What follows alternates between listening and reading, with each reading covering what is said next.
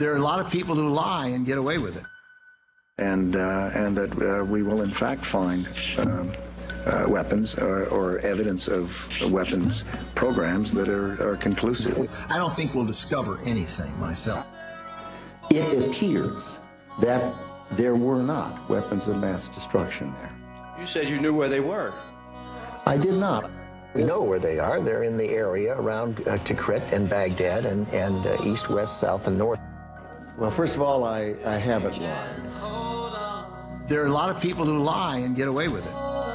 Talking about lies and your allegation that there was bulletproof evidence of ties between Al-Qaeda and Iraq. Was that a lie? Intelligence gathered by this and other governments leaves no doubt that the Iraqi regime continues to possess and conceal some of the most lethal weapons ever devised.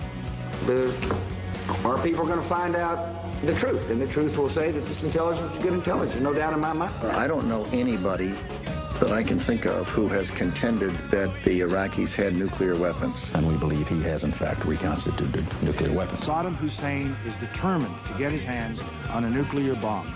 We cannot wait for the final proof. He's got him. He's got him. The smoking gun. He's got him. That could come in the form of a mushroom cloud. Colin Powell didn't lie. My colleagues, every statement I make today is backed up by sources, solid sources. These are not assertions. What we're giving you are facts and conclusions based on solid intelligence. He has not developed any significant capability with respect to weapons of mass destruction. He is unable to project conventional power against his neighbors.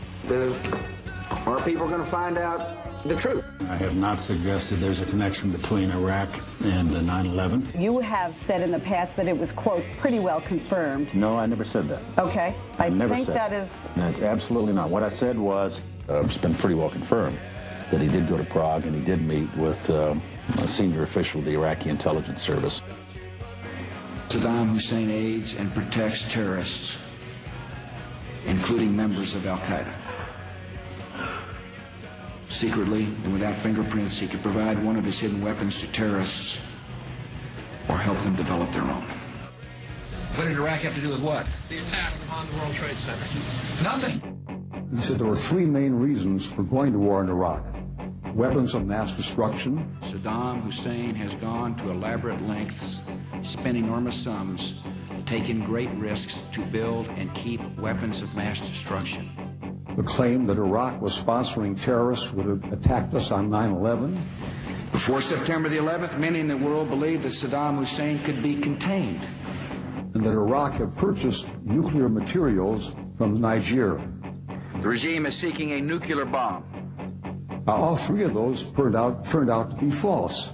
First, just if I might correct a misperception, I don't think we ever said, at least I know I didn't say, that there was a direct connection between September the 11th and Saddam Hussein. Who does the president think he's effing kidding? Of course, it was information that was mistaken. There are a lot of people who lie and get away with it. Those weapons of mass destruction got to be somewhere.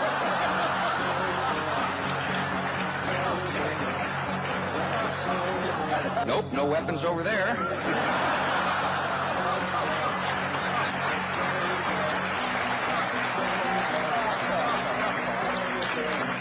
Maybe under here. When you have a precedent set like that, and you have somebody, George Tenet, acknowledging in his book that he knew that the administration was deceiving the American people into a situation that is murdering young men and women from this country and others, that George Tenet and Dick Cheney and Condoleezza Rice and George Bush et al. should be in fucking jail.